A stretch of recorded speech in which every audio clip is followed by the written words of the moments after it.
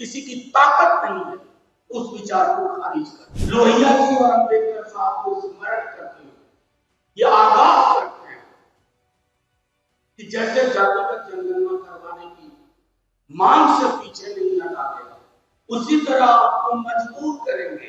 अपनी इनकम देख लीजिए और इनकम इनइक्वालिटी का स्वरूप देख लीजिए। आज की असमानता में हिंदुस्तान कहां खड़ा है? हंगर इंडेक्स पर हिंदुस्तान कहां खड़ा है? अर्बन पॉवर्टी में हिंदुस्तान कहां खड़ा है? ग्रामीण बेरोजगारी में हिंदुस्तान कहां खड़ा है? ओवरऑल बेरोजगारी में हिंदुस्तान कहां खड़ा है? उसके बाद भी अगर राजा तेरे सुबह की जय, राजा तेरे शाम की जय कहने का रिवाज है तो हम उनमें से नहीं। बिहार में ये सिर्फ गवर्नेंस का फेलियर नहीं है, संजीवनी की फेलियर है, संवेदनशीलता की फेलियर। जानते हैं कि धारा, जिस धारा को मुक्त करने की कोशिश हो रही है, ये उस धारा के सार्थक वाहक है, एक मजबूत चेहरा। और मेरा दल इस धारा के पक्ष में बिना तराजू लिए हुए खड़ा, न अनुसार सोचे बगैर। आपके समक्ष कुछ गंभीर बातें आज हिंदुवार तरीके से रखूंगा, उसके बाद फिर आपके सवाल होंगे। अभी बीते आपको स्मरण होगा, पहलगाम की सामूहिक पीड़ा के बाद अचानक से प्रधानमंत्री जी को एहसास हुआ कि बहुजन धारा की जो मांग है जातिगत जनगणना की, उसके लिए हाँ बोलना जरूरी है। उन्होंने हाँ बोला। एक पॉलिटिकल स्टेटमेंट, एक जुमला, एक शब्द जिसके पीछे भाव की कमी। मैं क्यों कह रहा हूं? क्योंकि अगर आप आजादी के बाद से उनके संगठन का चाल, चरित्र और चेहरा, तीनों चीज, चाल, चरित्र और चेहरा, ये मूलतः बहुजन धारा विरोधी रहे, आरक्षण विरोधी है। मैं नहीं बताना चाहता, मेरे राष्ट्रीय अध्यक्ष जी कई दफा कह चुके हैं कि बंच ऑफ थॉट गोलवलकर की इनके लिए सबसे पवित्र ग्रंथ है, और उस पवित्र ग्रंथ में दलितों, पिछड़ों के लिए जो टिप्पणियां की गई है, आज तक उसका प्रतिकार संघ और भाजपा ने नहीं किया। खैर, जब प्रधानमंत्री जी ने यह घोषणा की कि जातिगत जनगणना इस बार जनगणना के साथ होगी, हमने कहा चलिए देर से ही सही आप रास्ते पे आने की कोशिश करें। लेकिन ये भटकाने की कोशिश थी। मैं क्यों कह रहा हूं? 5 तारीख को अंग्रेजी के प्रमुख दैनिक में एक खबर चली। खबर क्या थी कि पिछड़ी जातियों की, उपजातियों और जातियों की गणना होगी। जातिगत जनगणना में पिछड़ी जातियों, अत्यंत पिछड़ी जातियों की जाति और उपजाति की गणना होगी, लेकिन वो जातियों की गणना अलग अलग होगी। उसको ओबीसी की छतरी के नीचे नहीं बताया जाएगा। कहने का तात्पर्य ये कि ओबीसी की कुल आबादी कितनी है ये नहीं बताया जाएगा। क्या ये छलावा नहीं है? धोखा नहीं है? पिछड़ी, अत्यंत पिछड़ी जातियों के साथ आखिर डर किस बात का है? संविधान की धारा 340 के तहत सोशल एजुकेशनल बैकवर्डनेस, सामाजिक शैक्षणिक पिछड़ापन परिभाषित होता है। आप उस परिभाषा को नकार देंगे? आपका हमारी समझ में बिल्कुल नहीं आता। कल को नीति आयोग को आंकड़े की जरूरत होगी कि टोटल क्वांटम क्या है, किसी और एजेंसी को जरूरत होगी, तो क्या कहेंगे कि अमित शाह जी ने फैसला लिया था कि जातियों की अलग अलग गिनती होगी, लेकिन छतरी में जितनी जातियां हैं उनकी संख्या, उनका प्रतिशत क्या है, ये आप नहीं बताएं। दृष्टिकोण है अपने दल की ओर से, बिहार ही नहीं हिंदुस्तान भर के तमाम पिछड़ी, अत्यंत पिछड़ी जातियों की ओर से लोहिया जी और अम्बेडकर साहब को स्मरण करते हुए ये आगाह करते हैं कि जैसे जातिगत मांग से पीछे नहीं हटाएगा, उसी तरह आपको मजबूर करेंगे कि आपको इस पूरी छतरी यानी कि ओबीसी ईबीसी में कौन कौन जातियां कितनी हैं और टोटल क्वांटम क्या है, टोटल क्वांटम क्या है, ये आपको बताना होगा।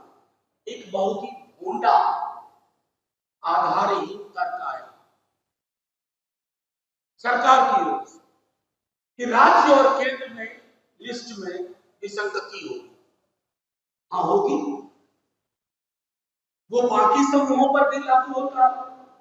आपको सेंटर की लिस्ट तैयार करो, राज्य अपने हिसाब से उसमें से कल कर लेंगे, निकाल लेंगे। इसको ब्लॉक करने की कोशिश है, जैसा मैंने कहा आगाह करते हैं सरकार, जन सहलाब उभरेगा।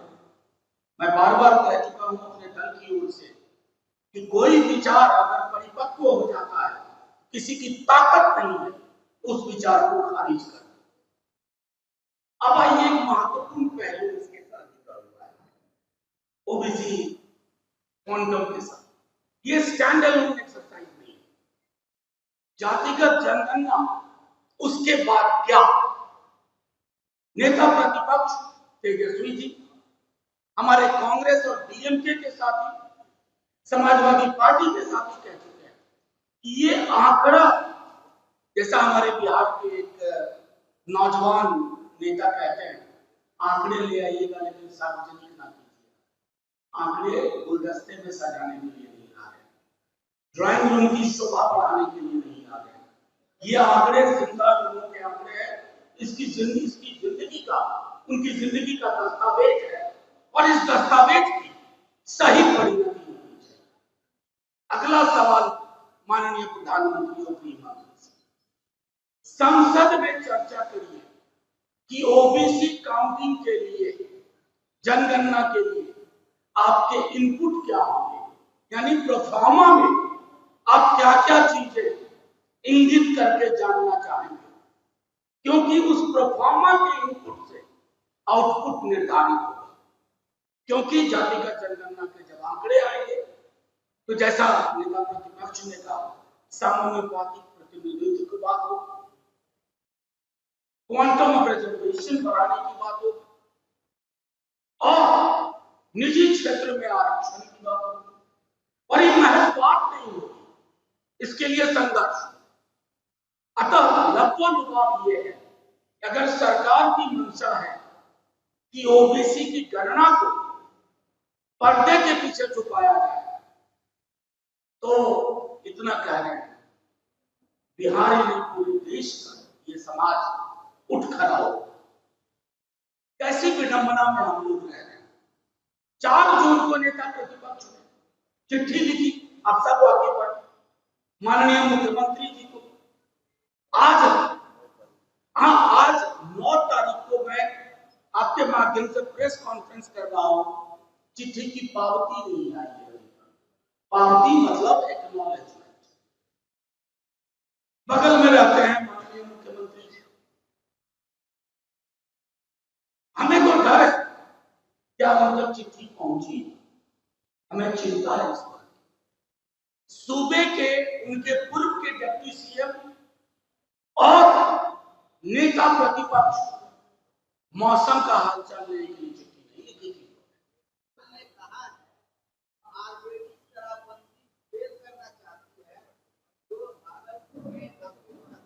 एक मिनट, आपको माइक लेके घूमते रहते हैं हर जगह, इस सवाल पे चर्चा के लिए बहुत वक्त है। बहुजन आबादी का इतना महत्वपूर्ण प्रेस कॉन्फ्रेंस, इतना महत्वपूर्ण प्रेस कॉन्फ्रेंस, मैं चाहता हूं कि इस पर चर्चा हो, उसके लिए पूरा समय है, जिसको जहां जैसे अनुसंधान के बाद सजा देनी होगी।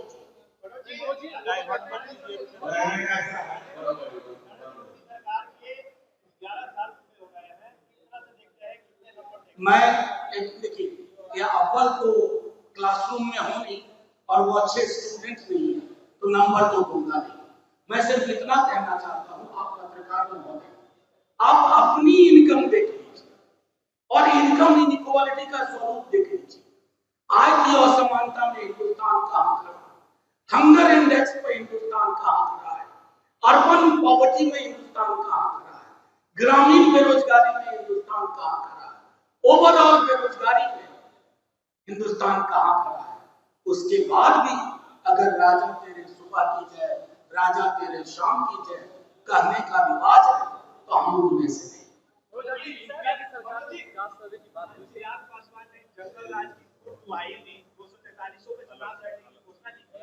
आपसे विशेष आग्रह करता हूं, सुबह भी बात की है इंडिविजुअली मैंने मीडिया से, लेकिन आज की प्रेस कॉन्फ्रेंस इस बहुजन सरकार के विषय महती विषय पर आने दीजिए, क्योंकि मोदी जी की सरकार रोड ब्लॉक ला रही है कास्ट सेंसस के नाम नहीं। आप देखिए थोड़ा टाइमलाइन मिस कर रहे हैं। 11 में हुआ, 11 में हुआ, 14 में प्रधानमंत्री जी आए, डेटा कलिंग में 1.5-2 साल का बाकी लगता है। आप थोड़ा गूगल करिए।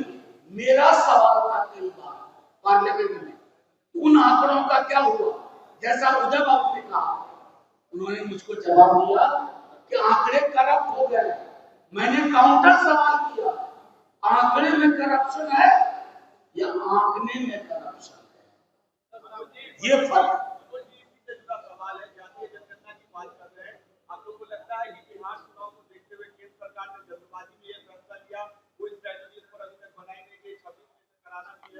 नहीं। पहली बात तो बता दें, सरकार बिल्कुल और गंभीर है। 27 से कट ऑफ रखा है। आप सोच रहे हैं हम लोग 25 के जून की 9वीं तारीख इस बात का डिले, पूरी दुनिया में सेंसस रुक गया नहीं। आपकी मंशा स्पष्ट नहीं है। जब आपने देखा कि धारा ये बलवती हो उठी है, आपने एक शब्द में काम करवाएंगे। क्या क्या करवाओगे? इस सेंसस पे विमेन रिजर्वेशन है, इस सेंसस पे कास्ट सेंसस है, कास्ट सेंसस पे रिजर्वेशन क्वांटम बढ़ना, कास्ट सेंसस पे प्राइवेट सेक्टर रिजर्वेशन है, कास्ट सेंसस पे समानुपातिक प्रतिनिधित्व है, इससे डिलिमिटेशन है। एक बास्केट में इतनी सारी चीजें हैं और सरकार की कोई क्लैरिटी नहीं।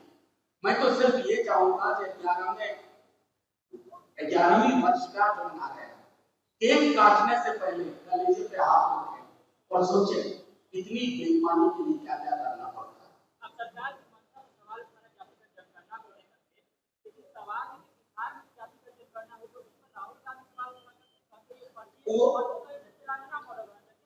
नहीं, उनको मेथोडोलॉजी को लेकर के कंफ्यूजन है, कंटेंट पे नहीं है, आउटकम पे नहीं, मेथोडोलॉजी को लेकर के। मेथोडोलॉजी पूरी की पूरी पड़ी हुई है, कोई भी देख ले। सवाल वो नहीं है, सवाल आउटकम का है। सवाल है कि सर्वेक्षण हुआ उसके बाद क्या हुआ।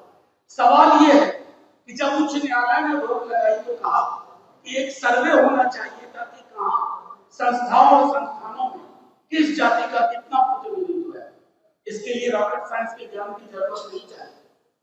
उसके परिपालन के लिए और आधुनिक संदर्भ में, समकालीन संदर्भ में 85% आरक्षण को करके विशेष सत्र बुलाइए, यह आग्रह, ताकि 9वीं अनुसूची में इसे डाला जा सके।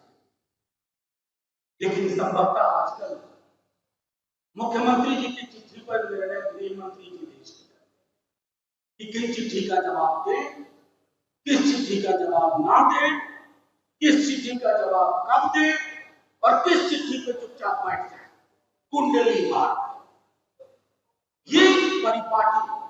और इसलिए कह रहा हूं कि बिहार में ये सिर्फ गवर्नेंस का फेलियर नहीं है, संजीवनी की फेलियर है, संवेदनशीलता की फेलियर है।